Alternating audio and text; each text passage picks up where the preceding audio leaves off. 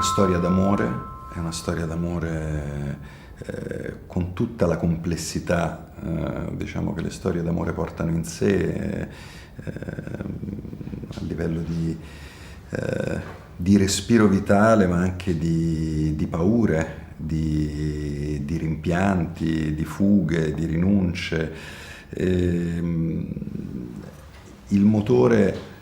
della fragilità e della paura sicuramente fa parte di questo racconto, che è un racconto semplice, diciamo dal punto di vista proprio della storia del racconto, ma molto complesso dal punto di vista dei movimenti interni dei vari personaggi, e credo sia una delle cose più affascinanti del film, o quantomeno per me lo è stato molto affrontare questo lavoro insieme a Paolo. È stato un lavoro per questo tutto fatto in sottrazione, sottraendo diciamo una parte degli strumenti del lavoro alla quale alle volte ci affidiamo per costruire personaggi che vanno in un'altra direzione o in un altro tipo di cinema. Qui eravamo tutti concentrati davvero sulla verità delle emozioni, dei sentimenti, e quello che succedeva a questi due personaggi dal momento in cui si incontrano e si rispecchiano uno nell'altro. Enfin, ce qui est intéressant dans le film, ce qui m'intéresse, c'est tous ces mouvements internes de personnes assez complexes, que ce soit Francesca ou Massimo. Ce qui a vraiment bien réussi, Paolo a bien réussi à filmer, c'est toutes les myriades de sentiments, d'états dans lesquels ces deux personnes passent. C'est en ça que ce film est, sous une apparence classique comme ça, est très très riche, et on voit vraiment le volcan intérieur de ces deux personnes. Per raccontare una storia di sentimento, una storia sentimentale nel senso anche più nobile del termine, sentivo l'esigenza di adottare uno stile classico, perché è quello che veste meglio questo tipo di tema. Quindi affrontare il tema classico, per me, affrontare un film classico, è stato per me una novità, e devo dire che mi ha accolto anche con molte incertezze, ero insicuro,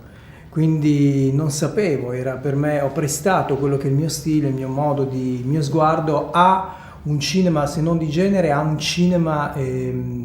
classico, un cinema sentimentale, e rifacendomi soprattutto a delle influenze di tipo letterario, Henry James o i racconti di Chekhov. Sfido chiunque a trovare un essere umano privo di paure, e diciamo la differenza la fa il modo in cui ognuno reagisce in base alla propria storia, da dove viene, gli influssi familiari. Un altro tema del film è anche quello dei padri e dei figli. Padri molto ingombranti, padri naturali, padri putativi. Massimo è una sorta di figlio d'elezione di questo egocentrico e meraviglioso Manfredi, interpretato da Giulio Broggi. Ci sono tante cose che determinano la risposta, ma la paura è un sentimento che va riconosciuto. I personaggi, quindi la storia d'amore nel senso più nobile del termine, porta con sé anche tutti quegli aspetti malinconici del nostro esistere, soprattutto quando incominci a fare i conti con te stesso, quando arrivi a sfiorare i 50 anni, incominci a guardarti indietro, a guardare avanti, a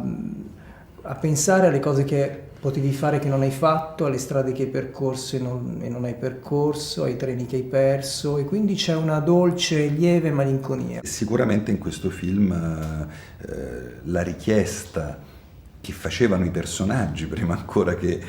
Paolo, e che chiamava in quella direzione, era proprio quella anche di mettersi a nudo con le proprie fragilità. Io poi faccio sempre molta fatica a capire che tipo di rapporto ho con il personaggio, perché diciamo ho un dialogo abbastanza attivo con le 1000 anime che mi porto dentro e che credo ognuno di noi si porti dentro, bisogna un po' riconoscerle, quindi poi i personaggi, una parte dei personaggi stanno tutti là dentro, bisogna semplicemente tirarli fuori, il che non vuol dire che questi personaggi vivano la tua vita o che tu abbia vissuto le stesse cose del personaggio, no? Però andarli a cercare dentro più che andarli a cercare fuori è, diciamo, alle volte una strada sempre salutare per un attore da seguire.